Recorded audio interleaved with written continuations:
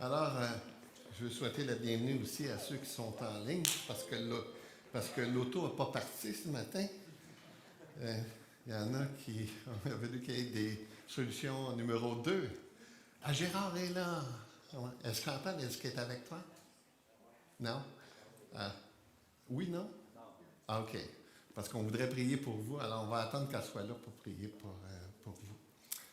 Alors, pour ceux qui se joignent à nous, qui n'étaient pas là dans les autres semaines, on est depuis un certain temps, on a commencé avant Noël, on a commencé à étudier le livre de la Genèse. Et là, on aurait pu continuer le livre de la Genèse jusqu'à la fin, mais on a voulu terminer avec des séries d'enseignements biographiques. On a vu les 2 derniers dimanches la biographie d'Abraham. Et ce matin, on va voir la biographie d'Isaac, le fils de la promesse. On va voir, entre autres, au travers de ces biographies-là, que chaque enfant de Dieu, chaque serviteur de Dieu, comme là, on est en train d'étudier, entre autres, la vie d'Abraham, Isaac et Jacob, qu'ils sont des personnages uniques.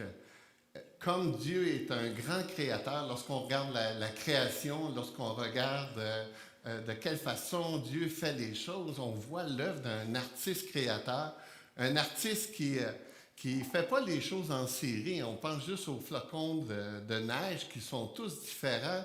Alors, de la même façon, avec les êtres humains, Dieu nous fait tous différents, puis comment est-ce qu'ils utilisent ou ils travaillent dans des vies qui sont différentes. Il y a plusieurs années, je me souviens avoir décidé d'enseigner à l'Église un sermon un enseignement sur les différentes intelligences qui existent. J'ai décidé d'enseigner sur ce sujet-là parce que j'avais ma fille Catherine qui, elle, j'aimais pas ça, elle se considérait moins intelligente que les autres dans la famille.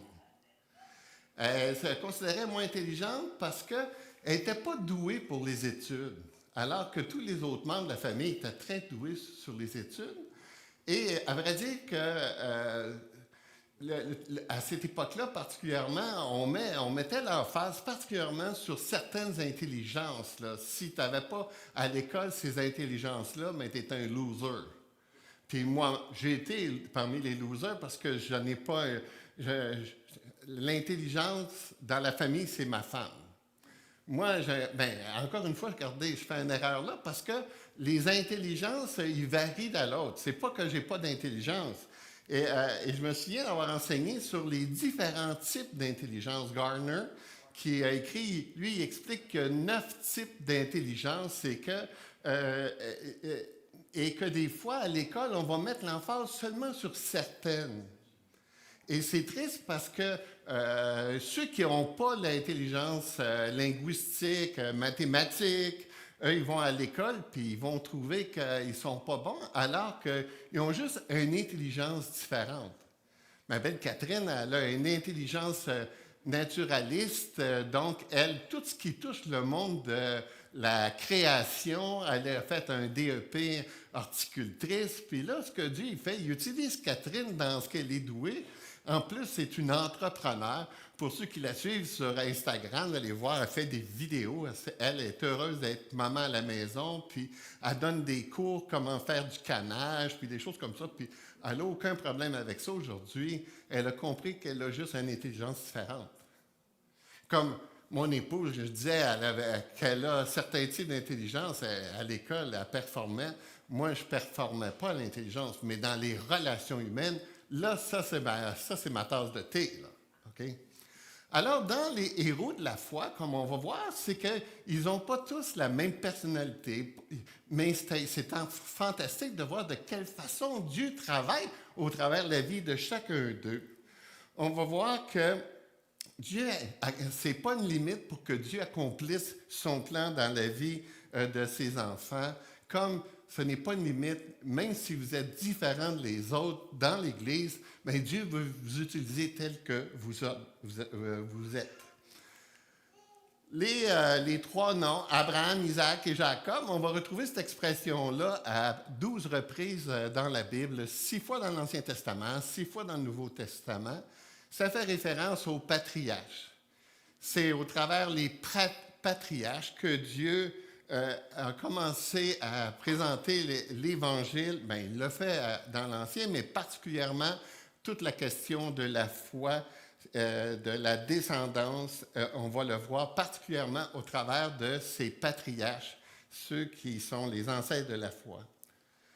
Cette expression-là, dans le fond, ça souligne l'idée de la fidélité de Dieu dans le temps. Que Dieu, comme je le disais, le fait qu'ils ont des personnalités différentes, ça n'empêche pas que Dieu il démontre au contraire sa fidélité au travers de chacun de ces personnages-là. Il démontre la continuité de l'alliance. Même encore une fois qu'ils sont différents, et Dieu, ça ne l'empêche pas de continuer l'accomplissement de son alliance. Et c'est aussi une communication de la transmission intergénérationnelle. Donc, d'une génération à l'autre, l'Évangile se propage. Les trois ont un style de foi qui est différent. Par exemple, Abraham démontre une foi qui ose. Isaac démontre une foi qui fait confiance. Puis Jacob démontre une foi qui lutte avec sa foi puis qui apprend au travers de sa relation avec Dieu. Donc, Dieu agit au travers des tempéraments très différents sans privilégier un plus que l'autre. C'est pas un qui est plus important que l'autre. Et même, c'est intéressant que dans ma propre vie, quand j'étudiais jeune pasteur, j'étais parmi d'autres pasteurs, d'autres jeunes pasteurs qui étudiaient en même temps que moi. Puis souvent, je les regardais comme ils sont différents de moi. Certains étaient beaucoup plus brillants que moi. Puis là, je me dépréciais alors que Dieu il a fait sa volonté, puis il a utilisé un gars comme moi, comme je dis souvent, un fou. Puis au travers de cette folie-là, Dieu accomplit sa volonté. Donc, et même dans l'Église, on pourrait avoir tendance à privilégier ceux qui parlent beaucoup, ceux qui prennent beaucoup de place, puis là, de voir que nous, ben, on est moins important, mais Dieu utilise tout le monde. John Piper, lorsqu'il lui-même, c'est un grand prédicateur aujourd'hui, lorsqu'il il a commencé à étudier, c'était un introverti, jamais on n'aurait pensé qu'il deviendrait le grand prédicateur qu'il est devenu. Encore une fois, Dieu utilise toutes sortes de genres de personnes pour accomplir sa volonté. Et c'est le travail de Dieu au travers de toute l'humanité qui s'assure à l'accomplissement de ses promesses, que les hommes ne vont pas empêcher Dieu d'accomplir ses promesses. Bien que Dieu utilise les hommes, fondamentalement, c'est une œuvre miraculeuse et c'est son œuvre. C'est lui qui le fait au travers des outils bien imparfaits. Certains appellent Isaac le maillon silencieux mais indispensable. Comme je le disais, il est différent des deux autres qui l'entourent, Abraham et Jacob. Et lorsque j'étudiais, je n'ai pas pu faire autrement que de penser à l'enfant sandwich. Vous avez déjà entendu cette expression-là, hein? C'est habituellement, on le voit dans la vie des personnes qui dans des familles qui ont 3 enfants, puis le deuxième, bien, il a tendance à vivre des réactions parce qu'il est dans le milieu. Des réactions comme il y a moins de responsabilité que l'aîné, ou qu'il y a moins d'attention que le plus jeune, ou sentiment de devoir se démarquer, ou qu'il y a un rôle de médiateur ou de pacificateur. Isaac, c'est l'enfant sandwich, mais c'est aussi celui qui est appelé le fils de la promesse. Il est présenté comme celui qui a préservé l'alliance. Il a vécu toute sa vie en terre promise, alors qu'Abraham puis Jacob ont parfois vécu à l'extérieur de la terre promise. Il a une personnalité plutôt passive. Il est caractérisé par la douceur, la patience comme un homme de paix. La vie d'Isaac est racontée dans la Genèse comme le livre, la biographie la plus courte. Abraham sur plusieurs chapitres et Jacob aussi.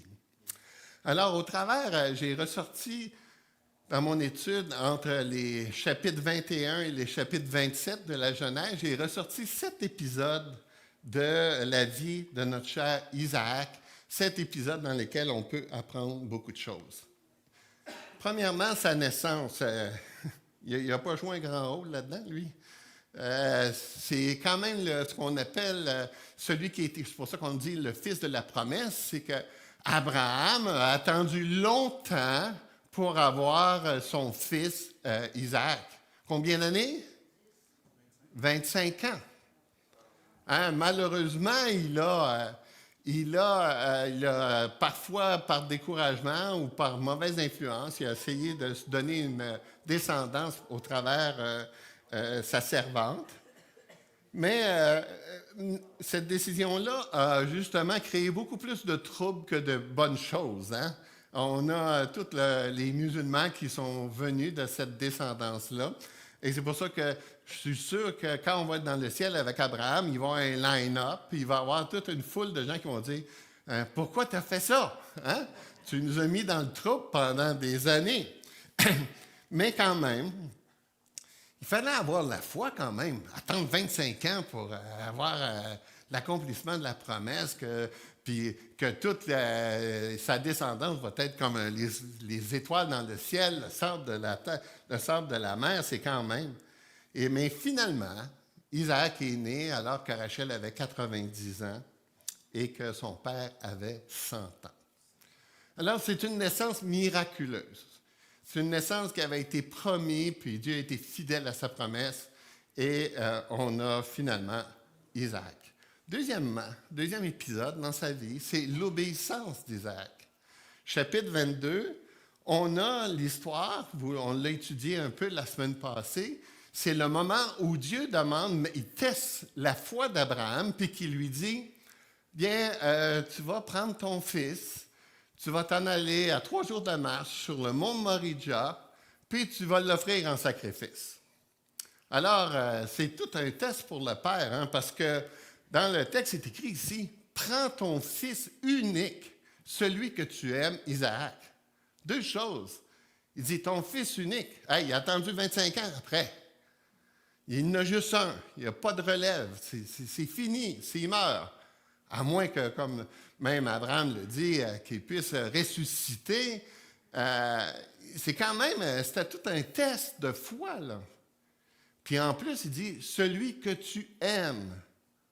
Donc, il n'a pas testé sur quelque chose de secondaire, il a testé sur quelque chose qui était tellement important pour sa vie. Tout un test, quand Dieu touche les enfants. Alors, selon, lorsque Dieu il dit ceci, c'est que on ne sait pas exactement quel âge a Isaac. Si vous regardez vous avez regardé les dessins que vos enfants rapportent lorsqu'ils vont, j'ai toujours tendance à dire l'école du dimanche, on ne dit plus ça aujourd'hui, là, mais quand ils vont dans les classes, pas l'école du dimanche, on a des illustrations de cette histoire-là, puis règle générale, ces illustrations-là nous montrent un petit garçon pas très vieux. Mais ce n'est pas la réalité. J'étais surpris, justement, d'étudier puis de découvrir que finalement, Isaac, là, il avait entre 20 et 30 ans. Hein, là, on appelle ça un adulte, hein? Êtes-vous d'accord avec moi? Et là, pourquoi on dit ça? Mais il y a différentes raisons pour lesquelles tout le monde ne s'entend pas exactement sur quel âge qu'il a, mais quand même, on a des raisons de croire qu'il était quand même assez vieux. Premièrement, le texte nous dit au verset 6 qu'Abraham il a donné le bois de l'offrande à Isaac. Donc, ce n'est pas un petit gars qui transportait ce bois-là pour l'offrande, puis une offrande, c'est une grosse offrande, alors on présuppose qu'il est capable de porter le bois. Deuxièmement, on a le facteur aussi qui discute avec son père. On nous dit ici au verset 7, chapitre 22, « Alors Isaac s'adressa à son père, Abraham, en disant, « Mon père, il répondit, « Me voici, mon fils. » Isaac reprit, « Voici le feu et le bois, mais où se trouve l'agneau pour l'Holocauste? » Si c'était un jeune enfant, il n'a pas toujours la capacité de réfléchir et de faire ce genre de raisonnement-là. Donc, lui, il était assez grand pour comprendre que il y a quelque chose qui manque à quelque part, là. Troisièmement, le Genèse 23 nous dit que Sarah est morte après cet événement-là. On ne sait pas quel est le délai entre le chapitre 22 et 23. Puis des fois, c'est ça dans la Bible, hein. On va lire des fois des choses dans un chapitre, puis dans l'autre chapitre après, on pense que ça s'est passé juste après, puis il peut avoir 15 ans. Mais quand même, dans le chapitre 23, c'est écrit que Sarah est morte à 127 ans. Sarah avait 90 ans quand Isaac est né, et là, elle est morte à 127 ans, donc on peut penser qu'il y a une trentaine d'années, 20-30 ans entre les deux. Donc, si ce n'est pas un jeune enfant et que c'est un adulte, ça veut dire que Abraham a testé sa foi. Il n'y a pas juste Abraham qui a testé sa foi, là. Isaac aussi. Il a fallu qu'il soit collaborateur avec son père, avec Dieu, puis de comprendre que c'est moi l'offrande, puis que là, je n'ai pas bien le choix. Ben oui, tu as le choix toujours, justement. C'est pour ça que j'appelle cet épisode-là l'obéissance d'Isaac. C'est que Isaac, pour honorer son père, il fait la volonté de son père, qui est prêt à l'offrir en sacrifice, et pour honorer Dieu, il est prêt lui-même à s'offrir en sacrifice, si telle est la volonté de Dieu. Donc, ce qu'on peut voir, c'est que quand on parle de la foi dans la Bible, la foi est toujours reliée à l'action. C'est pas juste croire, puis croire, puis croire. Non, non, non. C'est quand on croit vraiment quelque chose, ça se manifeste dans l'action.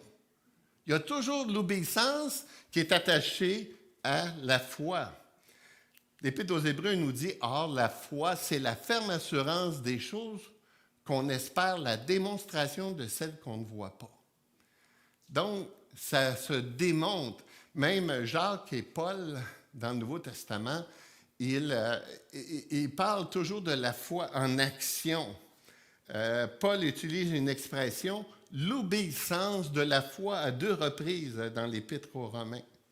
Alors que Jacques, lui, il nous dit, la foi sans les œuvres est morte. Alors, lorsque on ne comprend pas vraiment comment Dieu agit dans notre vie, c'est là le test de la foi. C'est là qu'il faut que tu fasses vraiment confiance à Dieu. Quand ça va bien dans ta vie, dire que tu as la foi, c'est facile. Mais quand elle est testée, ta foi, quand tu ne comprends pas pourquoi des choses se passent comme ça, des fois des choses dramatiques, mais c'est là que la foi s'exprime vraiment. De faire confiance à la souveraineté de Dieu, de faire confiance que Dieu savait exactement ce qu'il faisait quand il a permis que ces événements-là se produisent dans ta vie. Puis quand tu es vraiment éprouvé, là, c'est facile comme être humain de questionner Dieu. Parce que,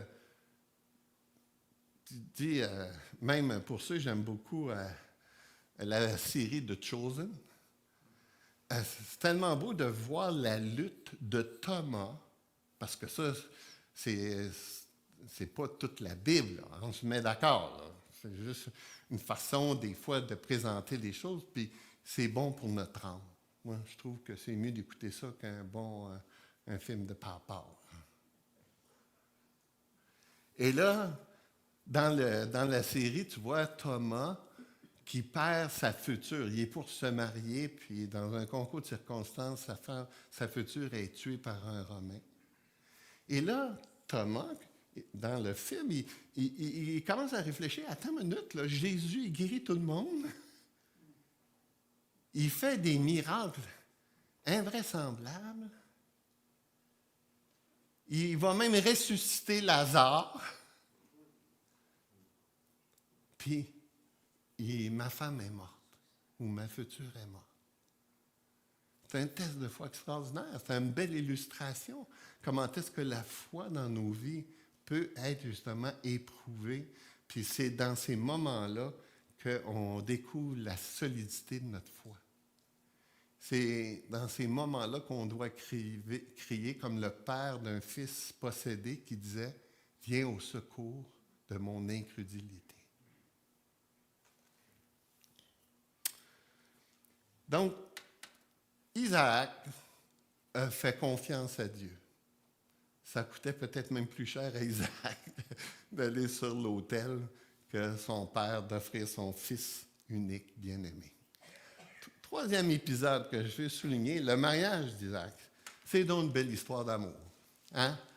Parce qu'il y en a qui se rappellent de cette histoire-là dans Genèse 24. On voit le fils, il vieillit. On pense qu'il a 40 ans à peu près. Et là, son père veut que son fils se marie. Et là, ce qu'il fait, c'est Abraham va donner une mission à un de ses serviteurs, sûrement un de ses hommes de confiance. Et là, comme je le disais tantôt, mais Isaac n'est jamais sorti de la terre promise. Alors Abraham envoie un serviteur dans l'ancien pays où Abraham demeurait. Il dit, va chercher une femme de notre nation. Va chercher une femme de nos convictions, une femme de nos valeurs. Il va dire ici à son serviteur, Abraham était vieux, avancé en âge, et l'Éternel avait béni Abraham en toutes choses. Abraham dit à son serviteur, le plus ancien de sa maison, l'intendant de tous ses biens, mais je te prie ta main sur ma cuisse, et je te ferai jurer par l'Éternel, le Dieu du ciel et le Dieu de la terre, de ne pas prendre pour mon fils une femme parmi les filles des Cananéens, au milieu desquels j'habite, mais d'aller dans mon pays et dans ma patrie prendre une femme pour mon fils Isaac. Donc, on a dans Genèse 24, on n'a pas le temps de le voir parce que c'est quand même une vie, mais on va voir que dans les détails ici, c'est à la fois une histoire de prière et de discernement de la volonté de Dieu. On voit de quelle façon le serviteur ici va s'y prendre pour pouvoir honorer la promesse qu'il fait à Abraham. Et premièrement, ce qu'il faut comprendre ici, c'est que ce principe-là, on le voit aussi dans le Nouveau Testament. Abraham dit, je ne veux pas que mon fils prenne une femme parmi les Cananéens. Pourquoi? Parce qu'il ne veut pas que la femme de son fils puisse avoir une influence des valeurs de ce pays-là. Je voudrais que mon fils marie une femme qui partage nos valeurs. C'est ce qu'on appelle les mariages mixtes. Moïse dit la même chose à son peuple dans les lois. Tu ne vas pas marier une femme en dehors de notre nation. Puis on le voit dans le Nouveau Testament aussi. On le voit, on n'a pas le temps de le voir, là, mais dans 2 Corinthiens chapitre 6, on voit Paul qui dit que les croyants ne doivent pas se marier avec des incroyants. Puis il y a tellement d'exemples dans toute la Bible qui soutient qu'on ne devrait pas faire ça. On le voit particulièrement dans le champion dans ce domaine-là, Salomon. Salomon, c'est surprenant, la vie de Salomon. Parce que quand même, Salomon, c'était l'homme qui avait quoi? La plus grande sagesse.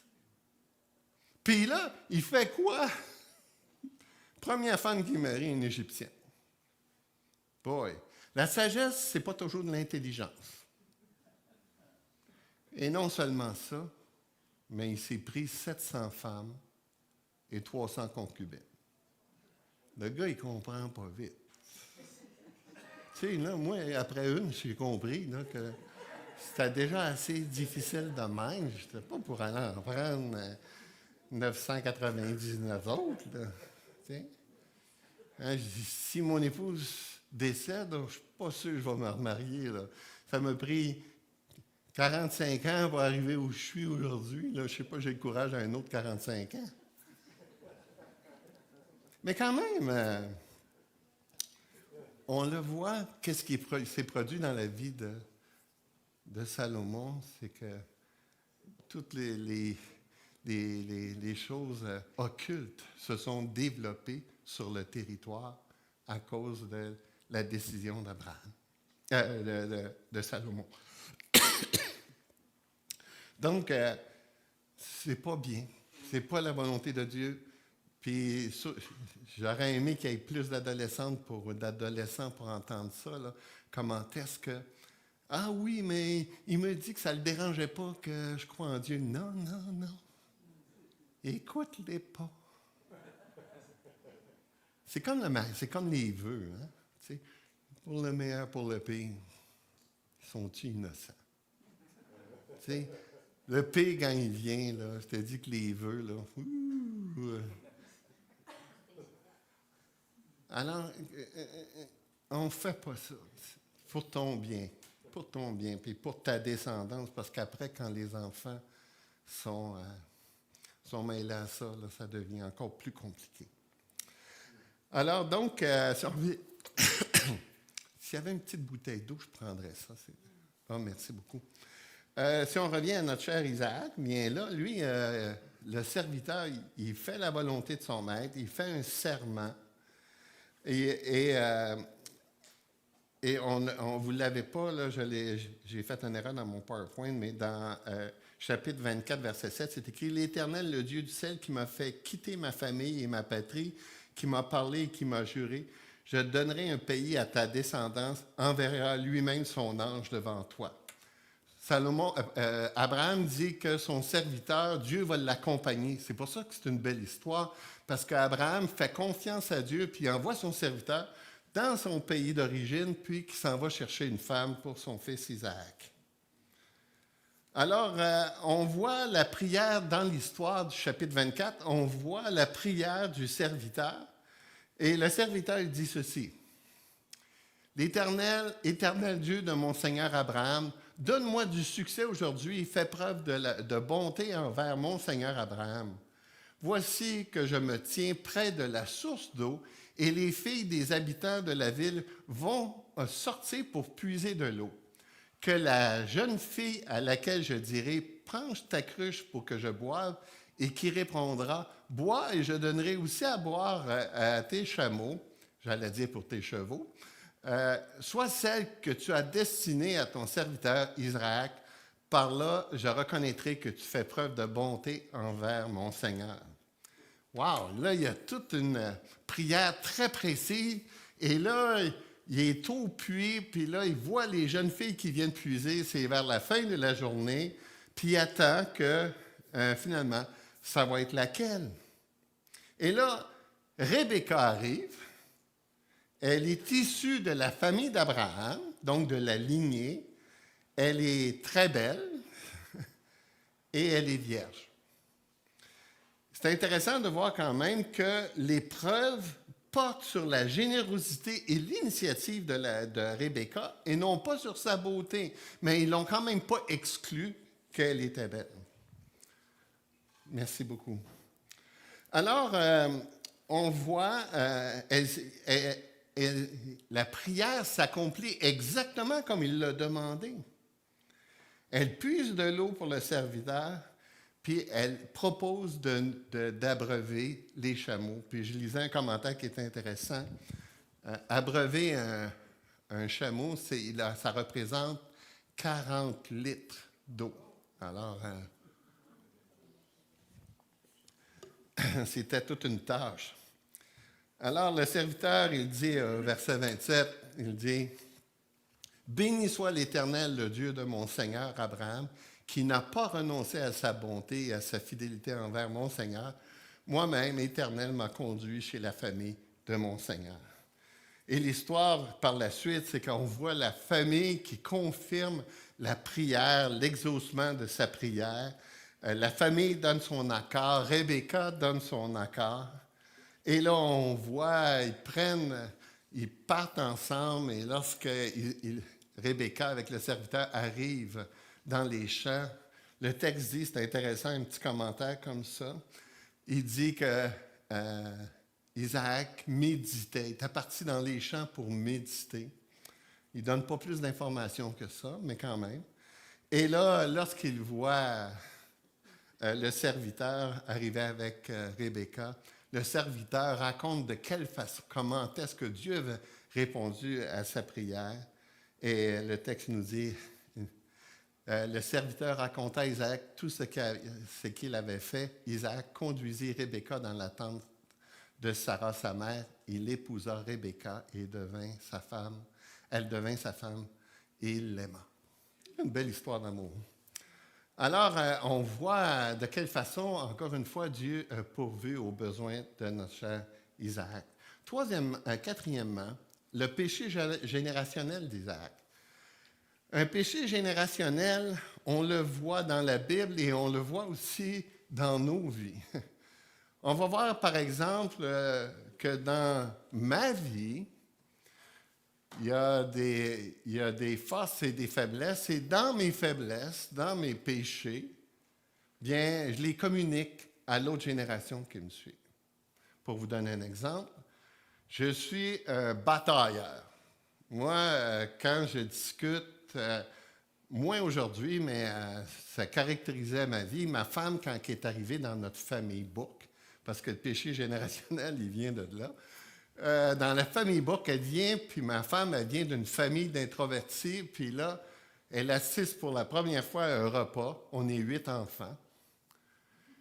Et là, elle est sur le traumatisme complet. Mais c'est quoi cette famille de fous-là? Parce que nous autres, les boucs, là, on est tous très intenses, puis on parle fort.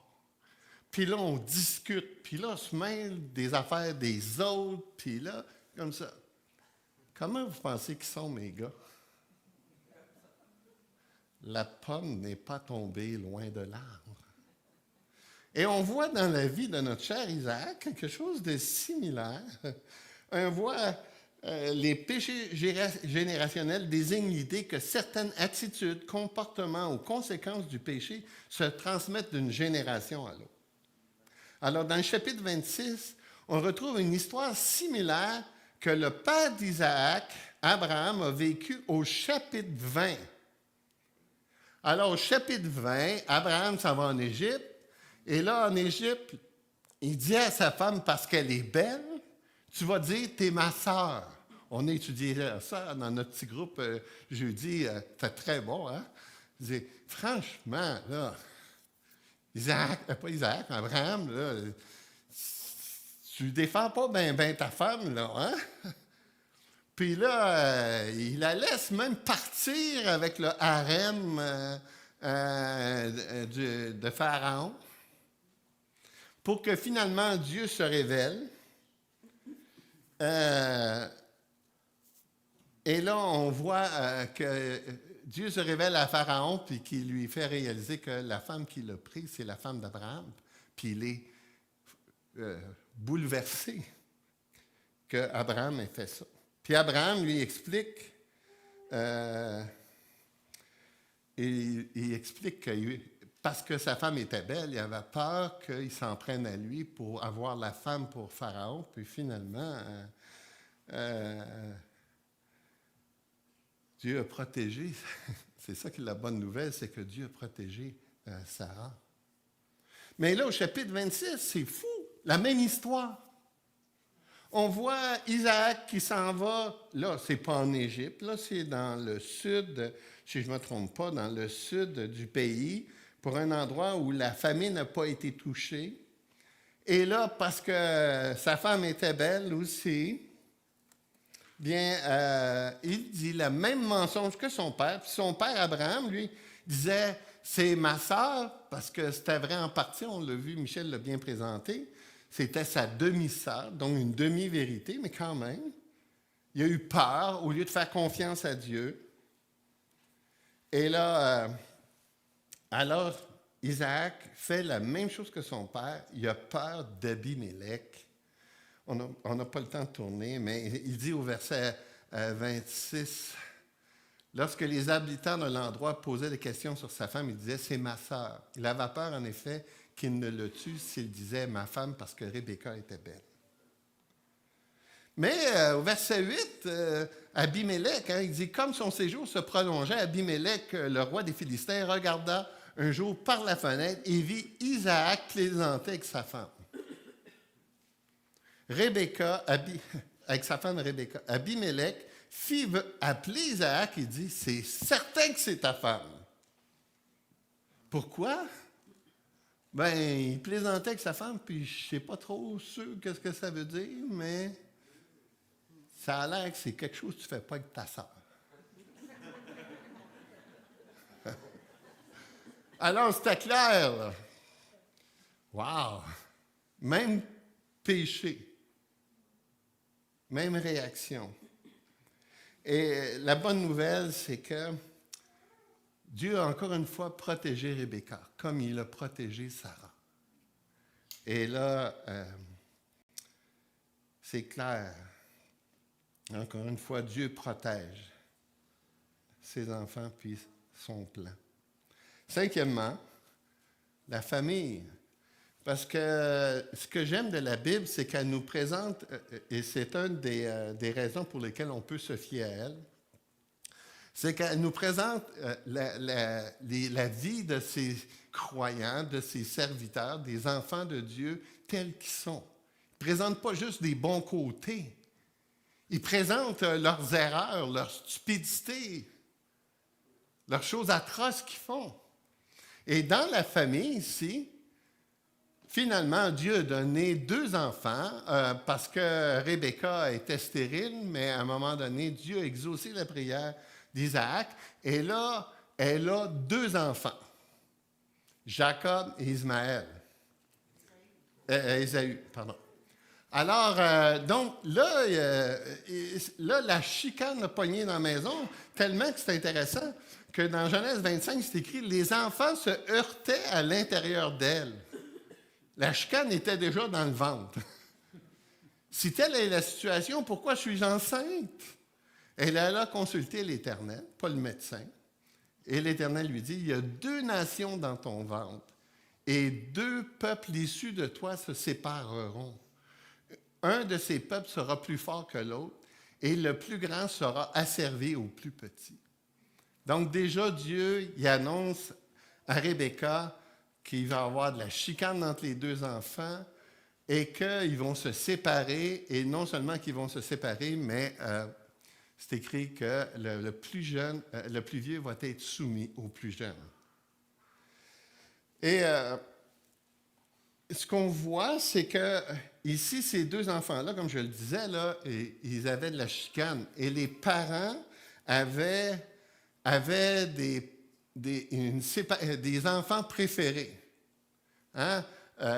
Ésaü était préféré à Jacob, puis Isaac était préféré. Voyons. Rebecca aimait mieux Jacob, alors que Jacob aimait mieux. Non, Isaac aimait mieux Jacob.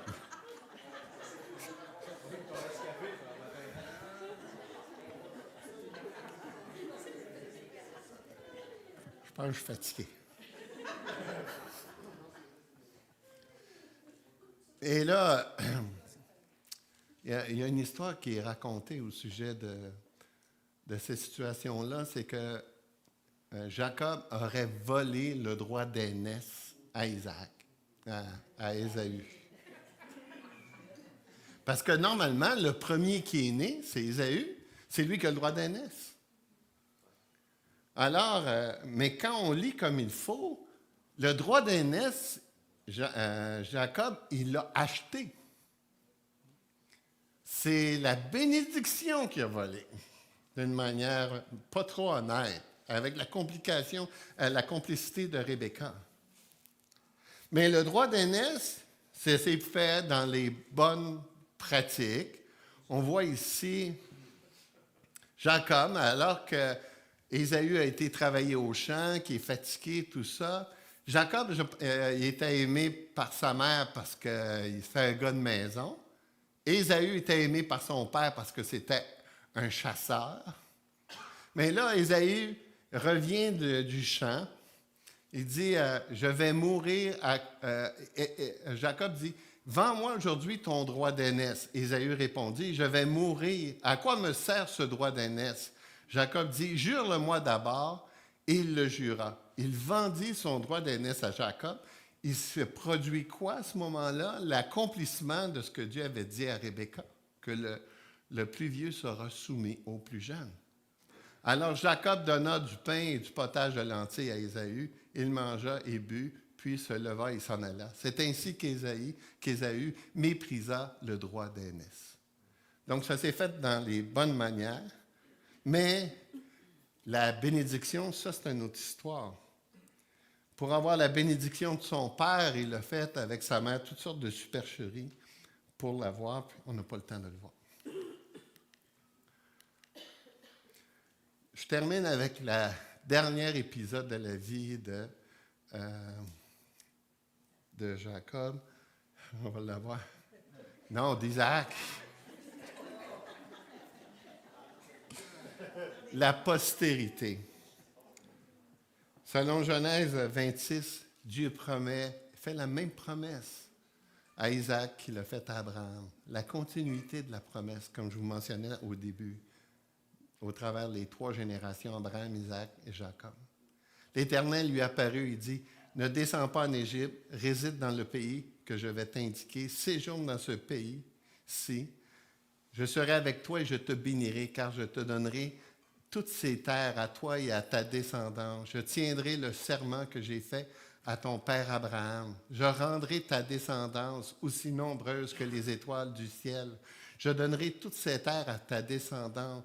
Toutes les nations de la terre seront bénies en ta descendance parce qu'Abraham m'a obéi et qu'il a respecté mes ordres, mes commandements et mes prescriptions et mes lois. » Isaac resta donc à Guérar. En lisant ça, là, je ne pouvais pas faire autrement que de penser à Israël, de ce qui se passe présentement là-bas avec Gaza, avec comment est-ce que c'est un territoire que Dieu a donné aux Juifs et d'une génération à l'autre.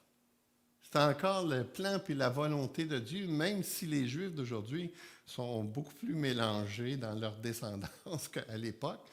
Mais ça demeure quand même l'endroit où Dieu a béni ce peuple-là. C'est pour ça qu'en 1948, lorsqu'ils ont eu leur indépendance, c'était vraiment l'accomplissement, encore une fois, de la promesse de Dieu.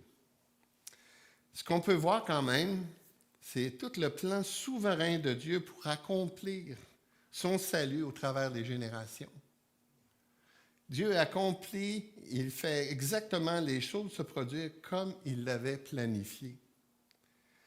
Et la souveraineté de Dieu sera toujours un mystère. Comment est-ce qu'on peut l'expliquer? C'est impossible. On n'est pas capable d'expliquer comment est-ce que Dieu peut avoir planifié des choses puis que les êtres humains sont libres, ils ont leur libre arbitre. Un des passages que j'aime tellement, c'est dans Marc chapitre 8, verset 31. Jésus, alors, il commença à leur enseigner qu'il fallait que le Fils de l'homme souffre beaucoup, qu'il soit rejeté par les anciens, par les chefs des prêtres et par les spécialistes de la loi, qu'il soit mis à mort et qu'il ressuscite 3 jours après. Comment est-ce qu'il peut être si sûr de ça?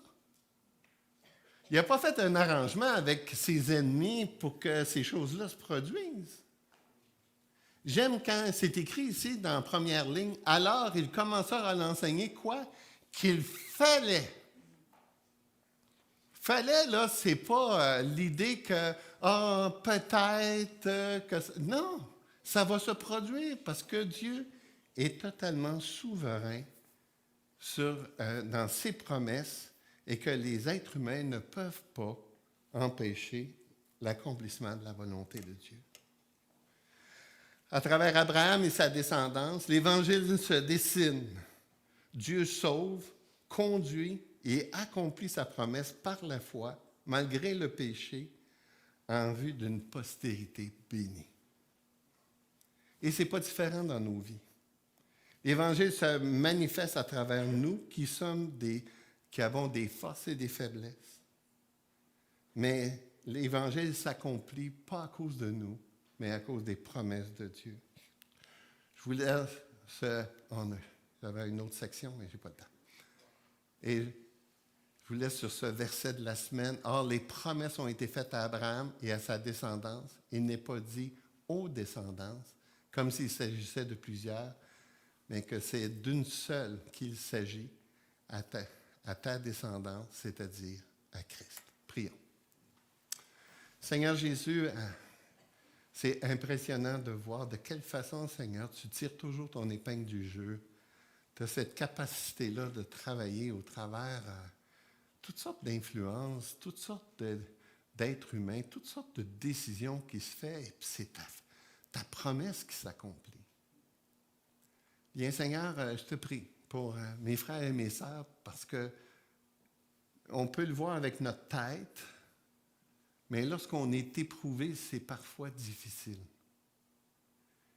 Et Seigneur, je te prie que d'une manière miraculeuse, de la même façon que tu es capable d'accomplir ta volonté, que tu puisses leur donner, Seigneur, cette foi agissante qui va se manifester au travers de l'adversité, au travers des difficultés.